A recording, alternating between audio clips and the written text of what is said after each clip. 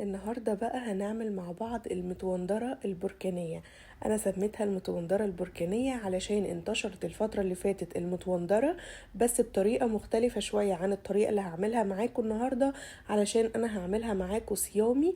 هنعملها بكل بساطة، تعمليها لولادك بدل ما تشتريها من بره تكون غالية. هتعمليها في البيت بتركات بسيطة وسهلة جدا، وكمان هنعملها على شكل الكيكة البركانية، علشان كده سميتها المتوندرة البركانية. يلا بينا نبتدي ونشوف هنعملها ازاي مع بعض. بس قبل ما نبتدي ما تنسينيش في اللايك وشير وكومنتاتكم الجميلة اللي بتشجعني، ولو أول مرة بتشوفيني ما تنسيش تعملي سبسكرايب وتفعلي زرار الجرس علشان يوصلك كل فيديو بينزل. يلا بينا نبتدي. هبتدي بالشربات علشان لازم يكون بارد. معايا كوبايتين من السكر، هحط عليهم كوباية من المية ومعلقة من عسل الجلوكوز، ولو مفيش حطي عسل نحل عادي، ولو مفيش استغني عن الخطوة دي تماما. مش هقلب خالص لحد ما يعدي 4-5 دقايق وتلاقي السكر كله داب بالشكل ده وغلى معانا. فهنا بقى هزود عصرة ليمونة وهقلب واسيبهم 3-4 دقايق كمان، وبعد ما 3-4 دقايق يخلصوا هحط معلقة صغيرة من الفانيليا واقلبهم وهطفي النار، وكده هحطهم في اي حاجة بره علشان يبرد. يعني اخد معانا على النار 7-8 دقايق كده. الشربات بتاعنا جاهز، وعايزة اقول لكم ان انا بخزنه كده في علب وبسيبه في التلاجة لاي وقت اكون محتاجاه اطلع استخدمه على طول. تعالوا بقى نرجع للكنافة بتاعتنا. فانا بفكك الكنافة، ده نص كيلو كنافة. انا بره مصر، فالكنافة اللي عندي مش طازة، فدي كنافة الجاهزة المتجمدة. لكن طبعا في مصر دلوقتي في كنافة طازة، فتقدروا تستخدموها تبقى احسن من المتجمدة كمان. فهفكك الكنافة بتاعتي بالشكل ده كده من بعضها واهويها بالشكل ده زي ما انت شايفة معايا. هعملها كلها بنفس الطريقة وارجع لكم. وهنا بقى ده شكل الكنافة بتاعتي بعد ما فككتها كلها. هزود عليها ايه بقى؟ هزود عليها معلقتين كبار من السكر البودر، ودي خطوة مهمة جدا علشان بتدينا لون حلو للكنافة. وهقلبهم مع بعض بالشكل ده كده. ودي حتة لقيتها لسه مش متفككة مشبكة كده ببعض، فبرضو هعملها وهكمل تقليب. المهم ان انا اقلب السكر كويس جدا في الكنافة بتاعتي. وعايزه اقول لك خطوه مهمه، لو انتي مش عايزه تستخدمي الكنافه وهي صحيحه كده مفككاها بايديكي يعني، فتقدري تحطيها في التلاجة شويه. طبعا لو هي متجمده تبقى تمام وزي الفل. هتطلعيها بقى على الكبه بتاعتك او بالسكينه وتقطعيها قطع صغيره، او في الكبه وتبشريها. هتبقى بشره كده تكون خفيفه شويه، ما تقطعيهاش قوي في الكبه، وبرده تستخدميها بنفس الخطوات اللي هستخدمها معاكم في الطريقه دي.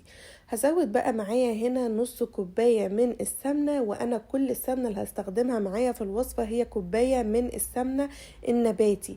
لو عايزة تعمليها صيامي هتعمليها بسمنة نباتي او بزيت، لكن لو طبعا في الفطار تقدري تستخدمي سمنة بلدي، اي سمنة عندك تقدري تستخدميها. لكن انا استخدمت سمنة نباتي، حطيت نص كوباية في الاول وقلبتهم، وبعدين زودت ربع كوباية، يعني كده كوباية الا ربع من السمنة النباتي، وبقلبهم كده مع بعض كويس جدا لحد ما وصلت للشكل ده.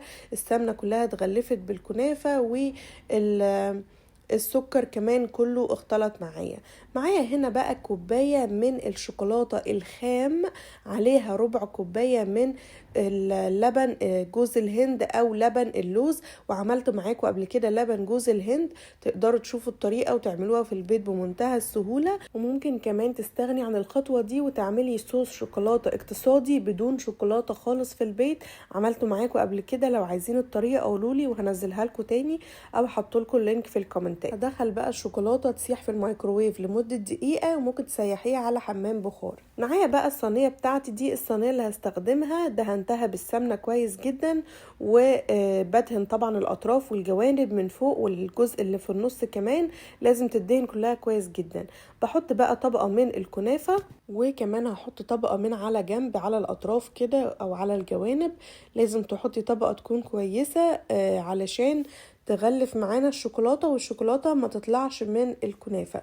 فانا بحط طبقة حلوة كده من تحت، وبعدين بحط طبقة تاني من على الجوانب او على الاطراف بالشكل ده. ولازم اكون بضغط كويس جدا، هتشوفي طول ما انا شغالة انا بضغط كده عليها علشان اخليها تمسك نفسها وتمسك في بعضها كويس، علشان تطلع معانا من الصينية بكل سهولة.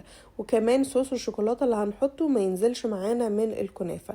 فانا بعد ما حطيت في الجوانب من بره، كمان الجزء اللي في النص ده من جوه لازم احط عليه واغلفه زي الاطراف والجوانب الصينية من بره بالظبط.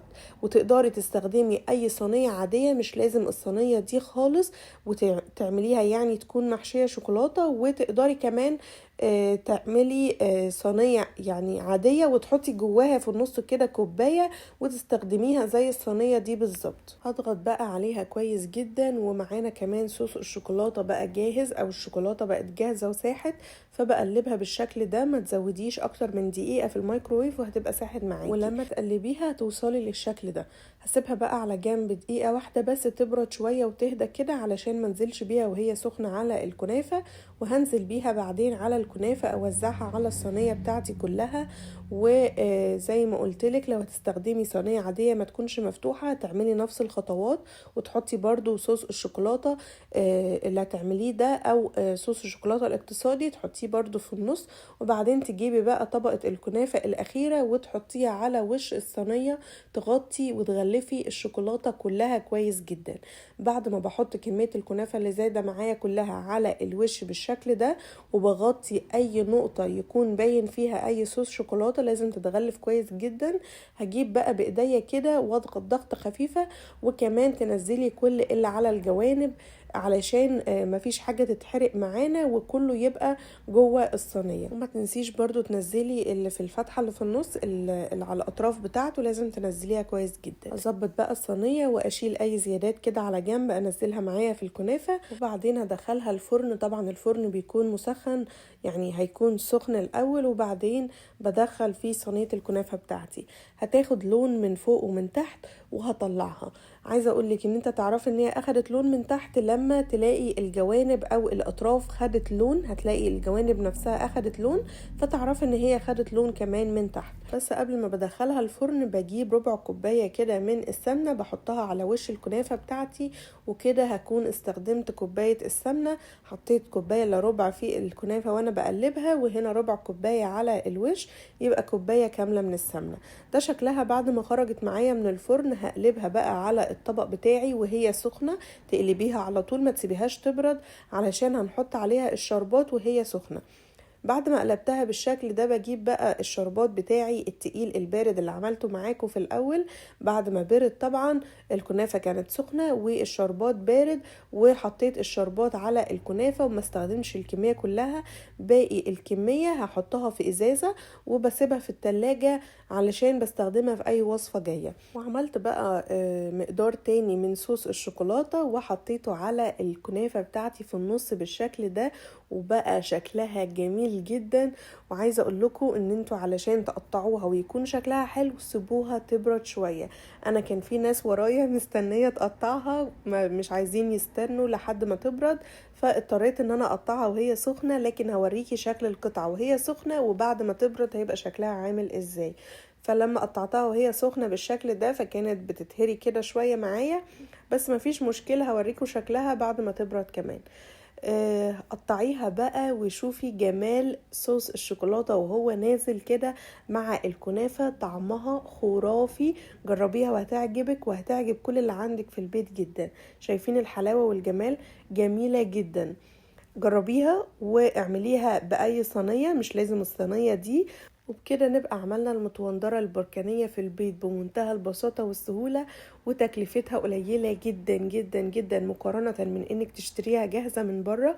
جربيها وتعجبك. ولو عجبكم الفيديو بقى ما تنسونيش في اللايك وشير وكومنتاتكم الجميلة اللي بتشجعني. وما تنسوش تنزلوا تطبيقاتكم على الجروب بتاعي على الفيسبوك، جروب مطبخ جينا او جينا's كيتشن جروب. وكده شكلها بعد ما بردت، شايفين شكلها منتظم ومتساوي وشكلها حلو جدا لما تقطعيها بعد ما تبرد. كده الفيديو بتاعنا يكون خلص. اتمنى يكون عجبكم واشوفكم المرة الجاية في حاجة جديدة نتعلمها سوا. باي باي.